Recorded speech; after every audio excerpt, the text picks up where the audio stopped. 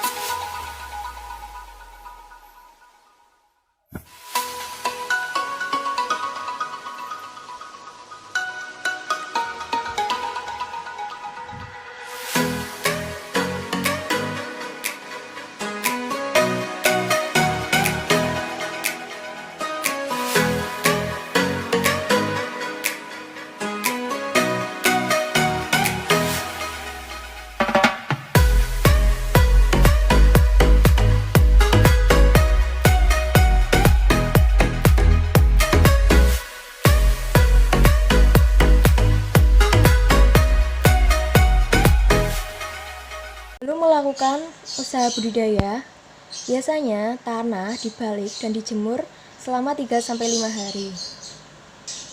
Tanah dikeringkan dengan cara dibolak-balik agar kaya akan oksigen, serta mendorong dekomposisi tanah untuk BOD di kolam budidaya. Kolam dicangkul dan akan mengeluarkan gas beracun H2S amoniak, dan gas tersebut akan menurun. Jadi fungsinya apa? Yang pertama, memutus siklus patogen. Yang kedua, mengeluarkan gas racun dalam tanah. Yang ketiga, meningkatkan oksigen tanah. Dan tanah yang dikeringkan lama akan merusak telur patogen yang ada di dalam tanah sehingga tidak berbahaya lagi untuk organisme atau ikan atau udang yang akan kita budidayakan nantinya. Tanah dikeringkan sampai pecah. Dan apabila masih ada yang menggumpal, tanah dihancurkan lagi, baru dipadatkan. Untuk apa? Agar tanah benar-benar kering dan tanah bebas dari mikroba yang berbahaya bagi pertumbuhan ikan maupun udang nantinya.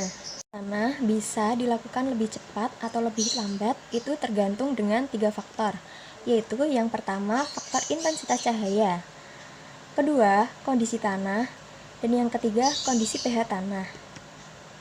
Penggunaan pupuk. Pemupukan merupakan suatu manajemen budidaya yang harus dilakukan untuk mencapai keberhasilan usaha budidaya. Pupuk diberikan pada awal pemeliharaan hingga proses pemeliharaan berlangsung. Penggunaan pupuk dalam budidaya ikan sistem tradisional dan semi intensif dilakukan pada awal pengisian air hingga pemeliharaan. Hal ini bertujuan untuk menumbuhkan dan meningkatkan kesuburan pakan alami dalam wadah budidaya sehingga dapat mengurangi penggunaan pakan buatan. Pemupukan berguna untuk meningkatkan ketersediaan unsur hara, sumber energi, dan substrat. Pupuk dapat berfungsi sebagai substrat karena menjadi media tumbuh bagi pertumbuhan jasad renik dalam air yang langsung atau tidak langsung menjadi makanan alami ikan di kolam. Jenis pupuk yang biasanya digunakan dalam pertanian dapat digunakan pula dalam budidaya ikan di kolam. Pemupukan susulan. Pemupukan dilakukan sebagai pupuk dasar dan susulan. Pemupukan dasar dilakukan ketika persiapan kolam dan pupuk susulan harus dilakukan secara rutin untuk menjamin ketersediaan plankton, yaitu dengan frekuensi setiap 2 minggu sekali atau kurang tergantung pada nilai kecerahan air yang diukur menggunakan SECIDIS. Kalian bertanya-tanya kan, untuk apa sih lapisan kulit kerang itu? Jadi, lapisan kulit kerang di sini difungsikan sebagai suatu bahan untuk menambah unsur karbon yang dapat menyerap zat logam berat yang berbahaya bagi budidaya ikan maupun udang nantinya. Apa sih fungsi saponin? Saponin di sini digunakan untuk mensucikan hama atau pengobatan hama tanah, atau bisa juga sebagai senyawa anti nutrisi yang bisa menghambat atau membunuh sel bakteri. Dan apabila ada kasus blooming, juga bisa menggunakan saponin ini dengan batas kadar tertentu, ya. Ingat, hanya dengan kadar atau dosis tertentu.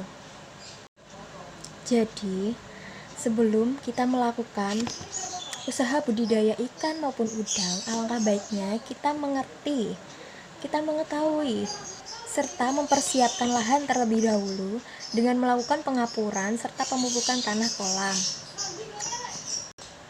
Hal ini penting dilakukan karena untuk menjadikan dasar tanah, tambak atau kolam kita menjadi lebih subur dan lebih bebas dari mikroorganisme berbahaya untuk kehidupan ikan maupun udang nantinya.